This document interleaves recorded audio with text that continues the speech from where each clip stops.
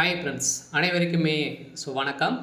இந்த வீடியோவில் நம்ம எதை பற்றி பார்க்க போகிறோம் அப்படின்னு பார்த்தீங்கன்னா, தங்க நகைக்கடன் வாங்குறவர்களுக்கெல்லாம் வந்திருக்கக்கூடிய ஒரு புதிய மாற்றத்தை வந்து பார்த்தீங்கன்னா ரிசர்வ் வங்கி வந்து வெளியிட்டிருக்காங்க. அனைவருமே வந்து பார்த்தீங்கன்னா வங்கியின் மூலமாக வங்கிகள் அதே மாதிரி வங்கி சாராத நிறுவனங்களில் அனைவருமே நகைக்கடன் வந்து வாங்கியிருப்பீங்க. அதே மாதிரி வந்து பார்த்தீங்கன்னா நகைக்கடன் வாங்குறவர்களுக்கெல்லாம் வந்து பார்த்தீங்கன்னா அதிரடியான ஒரு திடீர் மாற்றம் வந்து பார்த்தீங்கன்னா கொண்டு வந்திருக்காங்க. பார்த்தீங்கன்னா ஒரு முக்கிய தகவல் வந்து பார்த்தீங்கன்னா ரிசர்வ் பேங்க் வந்து வங்கி வந்து வெளியிட்டிருக்கு. இந்த மாற்றத்தை பற்றி இந்த வீடியோவில் நம்ம முழுமையாக பார்க்கலாம். அதுக்கு முன்னாடி நம்ம சேனலுக்கு வந்து இப்போ தான் நீங்கள் முதல் முறையாக வந்திருக்கீங்க அப்படின்னா மறக்காமல் நம்மளுடைய சேனலை சப்ஸ்கிரைப் பண்ணி சப்போர்ட் பண்ணுங்கள்.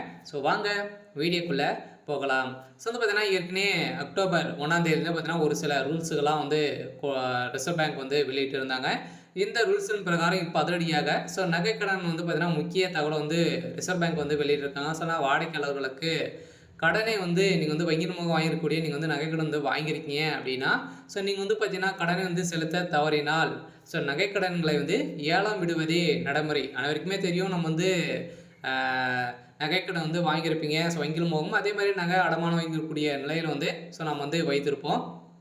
அதில் நம்ம வந்து நகைக்கடன் வந்து விட்டு நம்ம வந்து வட்டியும் கட்டாமல் முதலும் கட்டாமல் வந்து பார்த்தீங்கன்னா நம்ம வந்து ஒரு 2-3 வருடங்கள் வந்து ஆகிருக்கும். இந்த நிலையில் இந்த நகைகளெல்லாம் பார்த்தீங்கன்னா அந்த உரிமையாளர் வந்து நகை கடை ஊழியர் வந்து பார்த்தீங்கன்னா நம்மளுக்கு வந்து ஒரு ரசீது வந்து அனுப்புவாங்க. அந்த ரசீதுக்கு வந்தும் நம்ம வந்து அந்த நகையை வந்து பார்த்தீங்கன்னா நம்ம வந்து திரும்ப மீட்டெடுக்காமல் முடியாத நிலையில் அவங்க வந்து பார்த்திங்கன்னா நிறைய அந்த நகை வந்து நிறைய இப்போ போகிற ரேட்டுக்கு வந்து பார்த்தீங்கன்னா வந்து விட்டுருவாங்க. அதாவது நிறைய லாபம் வந்து பார்க்கக்கூடிய நிலையில் வந்து இருக்குது. இந்த நிலையில் தான் ஆர்பிஐ வந்து புதிய ரூல்ஸை ஒன்று கொண்டு வந்திருந்தாங்க.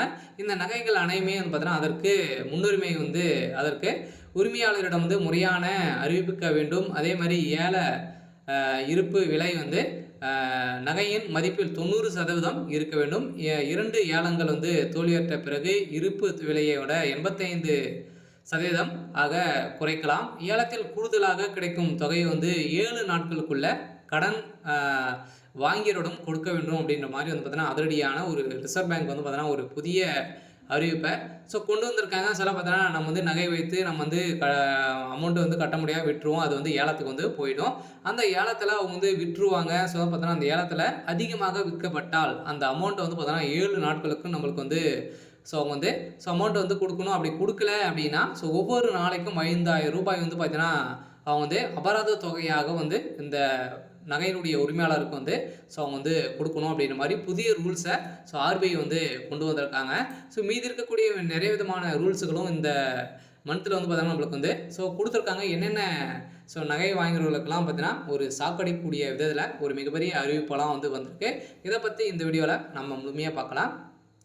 தங்கம் வாங்குவதற்கு கடன் கிடையாது. அதே மாதிரி வந்து பார்த்தீங்கன்னா ஆர்பிஐ வந்து வெளியிட்ட அறிவிப்பால் மக்கள் வந்து ஒரு மிகப்பெரிய ஷாக் வந்து ஆகியிருக்காங்க. தங்க நகையின் தொடர்பாக விதிமுறைகளை இந்திய ரிசர்வ் வங்கி பல முக்கியமான மாற்றங்கள் வந்து அறிவிக்கப்பட்டுள்ளது. இந்த கடன் வாங்குவர்களுக்கு பாதுகாப்பாகவும் சந்தையில் வெளிப்படைத்தன்மையை வந்து அதிகரிக்கும் விதமாகவும் கொண்டு வர உள்ளது. இந்த புதிய வழிகாட்டுதலின் அடிப்படையில் அக்டோபர் 1ஆம் தேதி முதல் நடைமுறைக்கு வந்துள்ள நிலையில் இதில் சில கட்டுப்பாடுகள் கடினமான இருப்பதால் வாடிக்கையாளருக்கு பாதுகாப்பை உறுதி செய்யும் பல நல்ல அம்சங்கள் வந்து உள்ளன. இருந்தாலுமே நகைக்கடன் வாங்குவதில் பல முக்கிய மாற்றங்கள் வந்து கொண்டு வந்திருக்காங்க. இதனால் தங்க நகைக்கடன் வந்து இனி கடன் வந்து கிடையாது. நீங்கள் வந்து நகை கடன் வந்து நகை வாங்குறீங்க அப்படின்னா அதுக்கான கடன் வந்து உங்களுக்கு வந்து வழங்கப்படாது அப்படின்ற ஒரு புதிய ரூல்ஸை கொண்டு வந்துட்டாங்க. அதே மாதிரி வந்து பார்த்தீங்கன்னா இனிமேல் வங்கிகளிலும் மற்றும் வங்கி அல்லாத நிதி நிறுவனங்கள் நகைகள், தங்க நாணயங்கள், தங்க பாத்திரங்கள் அல்லது தங்க சார்ந்த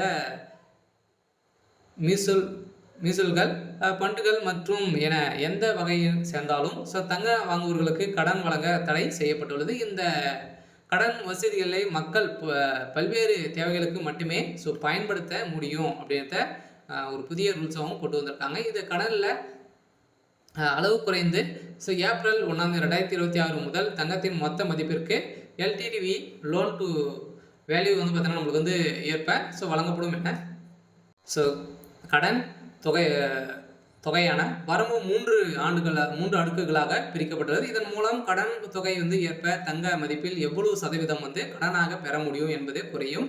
இதில் வந்து பார்த்தீங்கன்னா 2,50,000 வந்து பார்த்தீங்கன்னா கடன் வாங்குறீங்க அப்படின்னா அதிகமாக தங்கத்தின் மதிப்பில் வந்து 85% வரை ஸோ கடனை வந்து நம்ம வந்து பெறலாம். அதே மாதிரி 2,5 லட்சம் முதல் 5 லட்சம் வரை பார்த்தீங்கன்னா கடன் அதிகரிக்கும் போது தங்கத்தின் மதிப்பில் 80% வரை தான் உங்களுக்கு வந்து கடனாக உங்களுக்கு வந்து வழங்கப்படும் அப்படின்ற புதிய ரூல்ஸும் ஸோ கொண்டு வந்திருக்காங்க.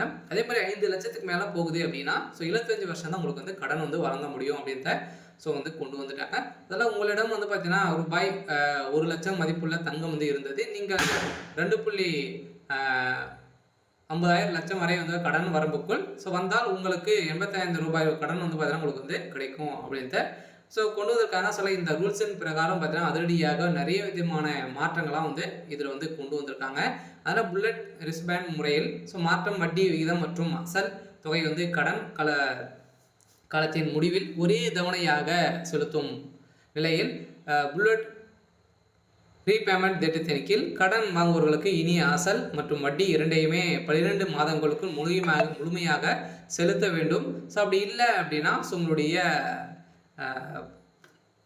முன்பு இருந்தபடி வட்டி தொகையை மட்டும் செலுத்திவிட்டு கடனை வந்து மீண்டும் புதுப்பிக்கும் முறை வந்து ரினியூல் செய்யும் முறை வந்து ஸோ தடை செய்யப்பட்டுள்ளது. இந்த கடன் காலம் வந்து தாண்டுவதை தடுக்கும் ஒரு முக்கிய நடவடிக்கையாகும். இந்த நடவடிக்கையின் அடிப்படையில் தான் இப்போ தங்கத்தை திரும்ப ஒப்படைப்பதில் அபராதம் கடன் முழுமையாக அடைக்கப்பட்டவுடன் ஸோ அடகு வைத்த தங்கத்தை அதே நாளிலே அல்லது அதிகபட்சமாக 7 வேலை நாட்களுக்குள்ளே கடன் கொடுத்த நிறுவனம் திரும்ப ஒப்படைக்க வேண்டும். அவ்வாறு செய்ய தவறினால் தாமதமாகும் ஒவ்வொரு நாளைக்குமே 5 ரூபாய் அபராதம் விதிக்கப்படும். இந்த நடவடிக்கை கடன் வாங்குவோர்களின் நலனை பாதுகாக்கும் வகையில் தான் ரிசர்வ் பேங்க் வந்து கொண்டு வந்திருக்காங்க. அதனால் இந்த மாற்றங்களின் அடிப்படையில் வந்து பார்த்தீங்கன்னா அதிரடியாக நம்மளுடைய தங்க நகைகளை வந்து பார்த்தீங்கன்னா நம்மளோட மீட்டெடுக்க ஸோ முடியல அப்படின்னா ஸோ அந்த நகைகளை வந்து விட்டுருவாங்க. ஸோ அதெல்லாம் பார்த்தீங்கன்னா நிறைய ஸோ அமௌண்ட்டுக்கு வந்து விட்டுட்டாங்க அப்படின்னா ஸோ அது வந்து அந்த அமௌண்ட்டை வந்து நம்மளுக்கு வந்து மீண்டும் அதிகமான விலையை எவ்வளோ விட்டுறாங்களோ அவங்களுக்கு தொகையை மட்டும் எடுத்துக்கிட்டு ஸோ மீதிய தொகையை நம்மளுக்கு வந்து மீண்டும் செலுத்த வேண்டும் அப்படின்ற மாதிரி புதிய ரூல்ஸை வந்து கொண்டு வந்திருக்காங்க.